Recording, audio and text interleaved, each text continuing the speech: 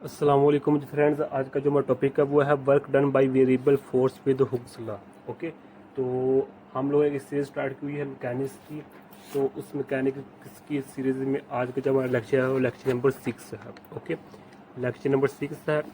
इसका जो C part है आज वो इस पर बात करने की कोशिश करेंगे। ओके, तो आज स्टार्ट करते हैं। बिस्मिल्लाहिर्रहमानिर्रहीम। जज़ल्लाहु अन्ना सय्यदना व मौलाना मुहम्मदन व अहलुहु सल्लल्लाहु अलैहि वसल्लम। सबसे पहले देखें कि वर्क डन क्या होता है।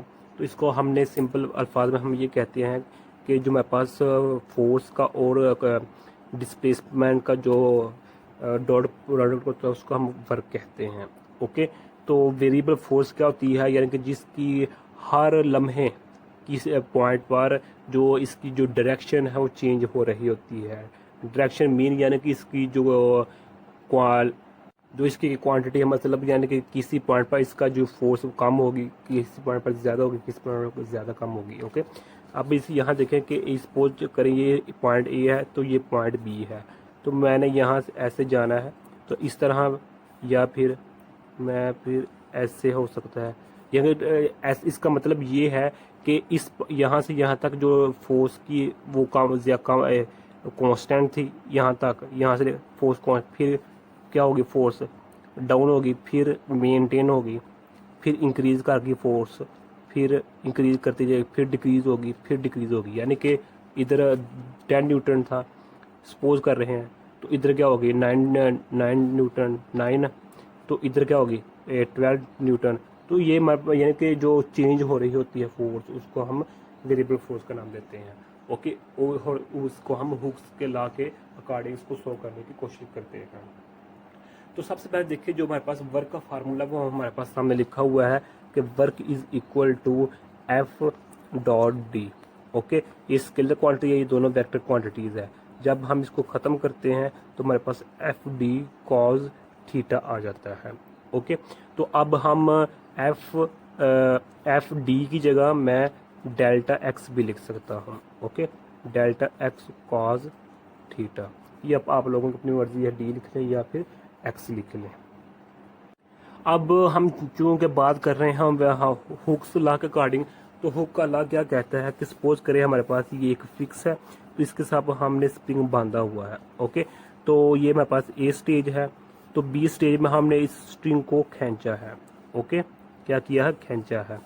ये बी स्टेज है, तो सी स्टेज क्या है, ओके सी स्टेज क्या है, इसको हमने कंप्रेस किया है, इस जो स्प्रिंग है। तो आप देखिए कि इसको खींचने में, इसको स्प्रिंग को ऐसे खींचने में अब हमारे पास जो फोर्स हम लगा रहे हैं वो हमारे पास फोर्स क्या है, वेरिएबल फोर्स है, कांस्टेंट फोर्स नहीं है। यानी कि यहाँ इस पॉइंट पर जो फोर्स है वो कुछ और थी, यहाँ कुछ और थी, यहाँ कुछ और है, यहाँ कुछ और है, यहाँ कुछ और है। ओके, यानी कि वेरिएबल फोर्स है। तो यहाँ भी हमारे पास जो जब इसको हमने कंप्रेस कर रहे हैं तो विद वेरिएबल फोर्स के साथ कंप्रेस कर रहे हैं। तो अब हम हुक का लॉ जानते हैं कि हुक के लॉ के अकॉर्डिंग क्या होता है कि जो फोर्स होती है, जो हम फोर्स करते हैं वो डायरेक्ट प्रोपोर्शनल के डिस्प्लेसमेंट के, ये हमारे पास फार्मूला होता है। जब इसको हम ख़त्म करेंगे तो हमारे पास के आ जाएगा, ये नेगेटिव आ जाएगा, तो ये हमारे पास हुक का लॉ है।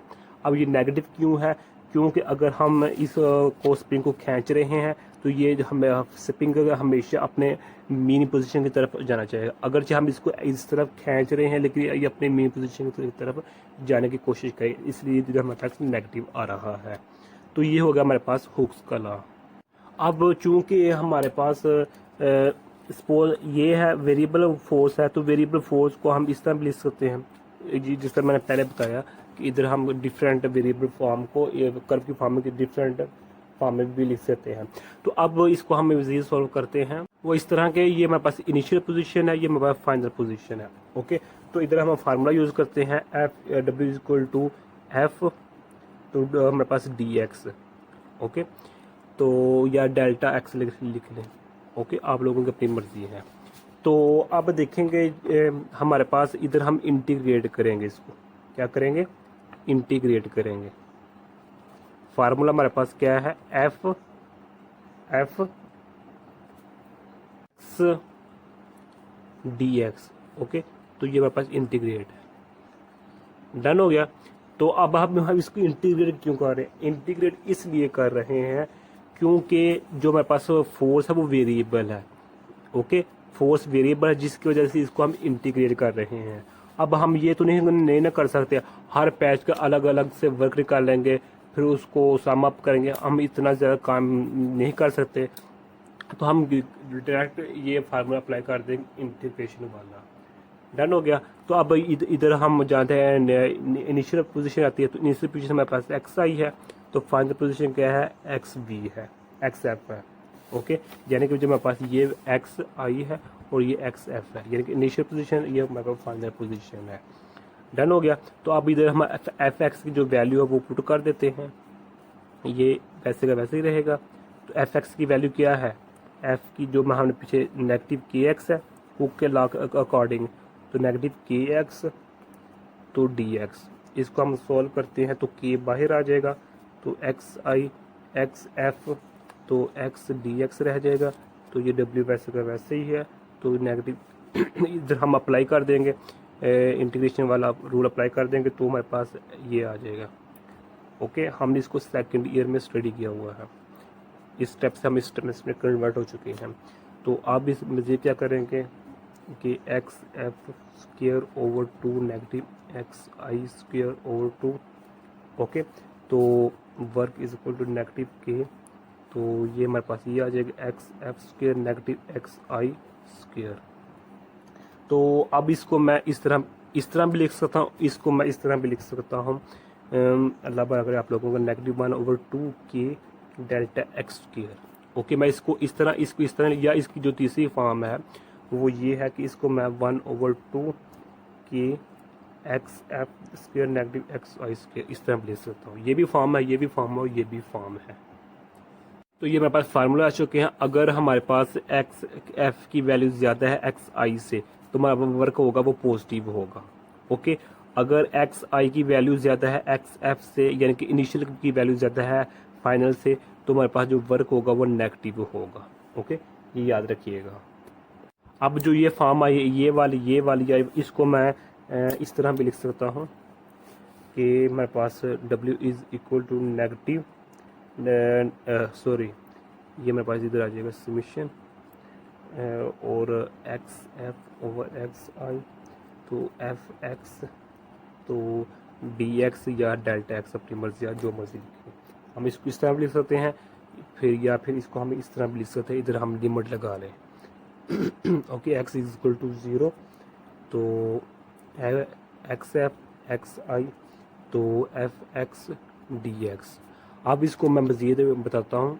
वो इस तरह के हमारे पास 3 केसेस होते हैं कि देखें, हमने जो हमारे पास इधर ग्राफ बनाया था ये देखें, ये हमारे पास क्या होती है? फोर्स होती है वाई एक्सिस पर, एक्स एक्सिस पर हमारे पास डिस्प्लेसमेंट होता है।